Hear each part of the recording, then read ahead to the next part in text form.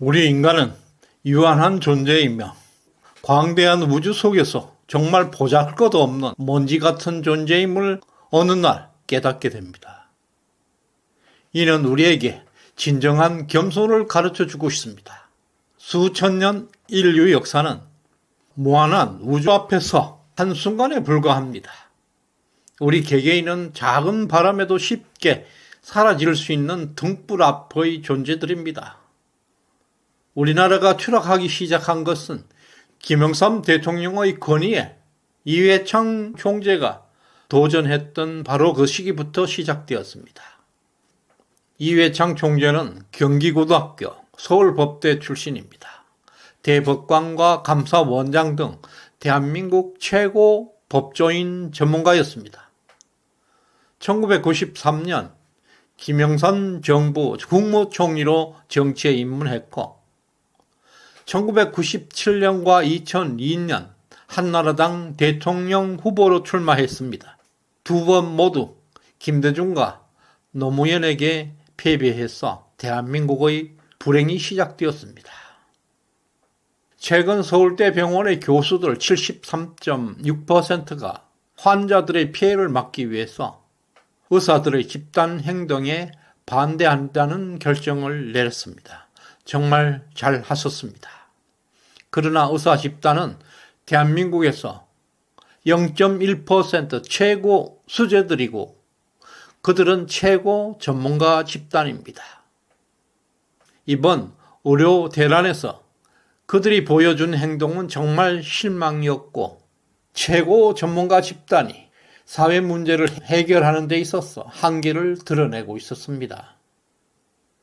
유승민은 대구 경북고등학교를 졸업하고 서울대 경제학과, 미국 미스콘신 대학교에서 경제학 박사를 받았습니다.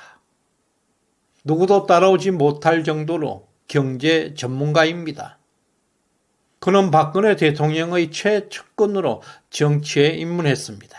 새누리당 원내 총무 당시에 혼자 독단적으로 박근혜 대통령과 어떤 협의도 없이 김대중 우상화 사업을 합의해 주었습니다. 오직 자신의 정치적 입지를 위해서 김대중 컨벤션 센터 건립비 5조 8천억, 센터 운영비로 10년간 매년 800억씩 정말 천문학적인 예산을 광주로 내려보냈습니다.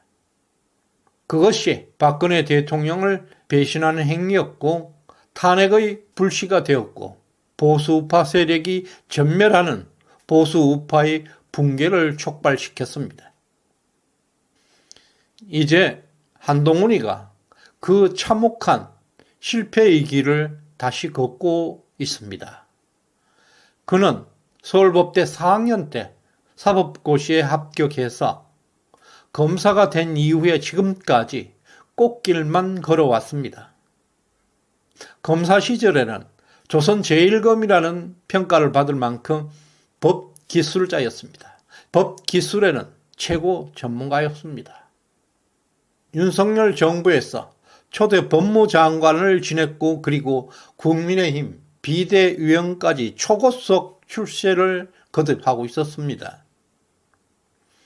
그러나 4.10 총선에서 그는 비대위원장, 총선본부장 등의 정권을 행사하면서도 그의 인생 처음 참혹한 패배를 당했습니다. 192대 108이라는 역대 최악의 성적표를 남겼고 윤석열 정부는 물론 보수파 진영에게 치명적 불행을 만들고 있습니다.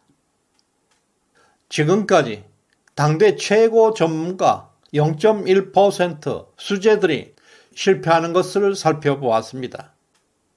그들의 실패는 단순한 그들의 자신의 실패가 아니라 국가 공동체를 참담한 위기로 몰아가는 비극을 초래한다는 점에서 이런 전문가들의 거짓말에 절대 속아서는 안 됩니다.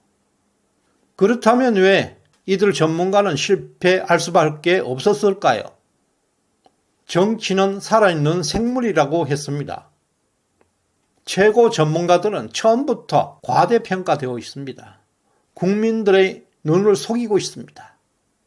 사실은 빈 깡통임에도 불구하고 화려한 언변으로 국민들을 속이고 있습니다.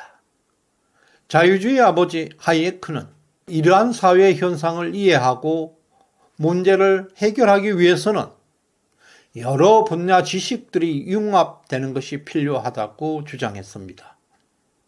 그러한 한계점을 벗어나기 위해서 하이에크는 법학, 심리학, 철학 등 다양한 분야를 공부해서 당대 최고의 자유주의 사상가가 되었습니다. 그리고 칸트는 과학적 지식만으로는 세상을 제대로 볼 수 없다고 했습니다. 직관이 필요하다고 했습니다. 우주에서 과학이 할 수 있는 것은 아주 극히 일부분에 불과합니다. 그러나 우리는 과학이 전부라고 생각하는 사람들이 많습니다. 그것은 교만입니다.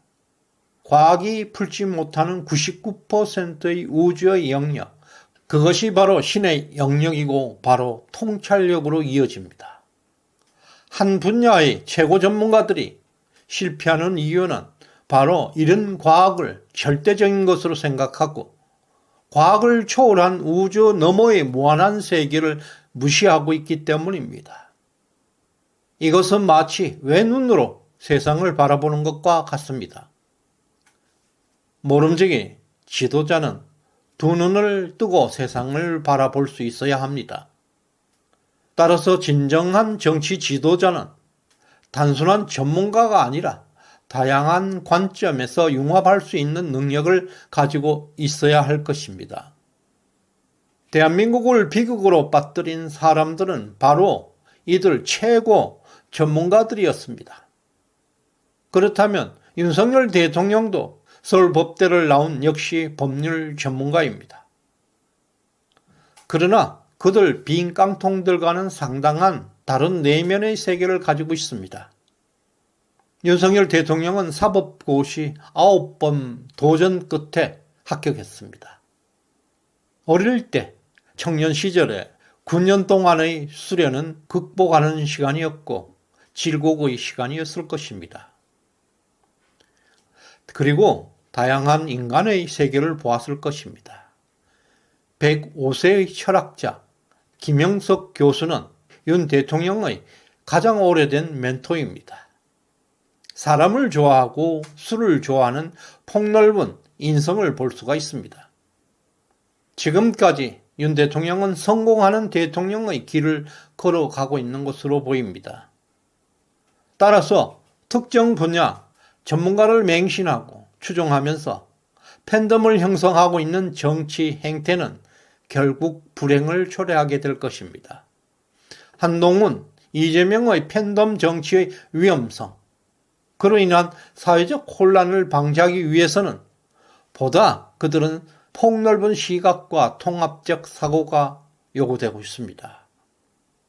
이러한 전문가의 근성에서 벗어날 수 있는 방법은 다양한 관점에서 실패와 성공을 경험해야 한다는 것입니다.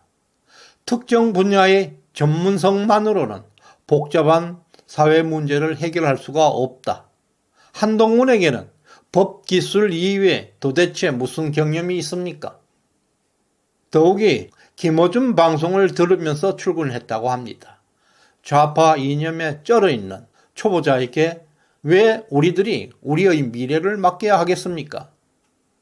한동훈은 주제는 꽤 뻔뻔합니다. 총선 참패에도 불구하고 일말의 책임감도 보이지 않습니다. 정말 한동훈은 절대 안 됩니다. 또다시 우리가 비극으로 빠져들 수는 없습니다. 시정연에 후원해 주신 박영선님 특별한 후원에 감사드립니다. 이영호님, 이영건님께도 감사드리고 문영순님은 미국 시카고에서 후원해 주셨습니다. 진심으로 감사드립니다. 구독, 좋아요 꼭 눌러주시길 바랍니다. 고맙습니다.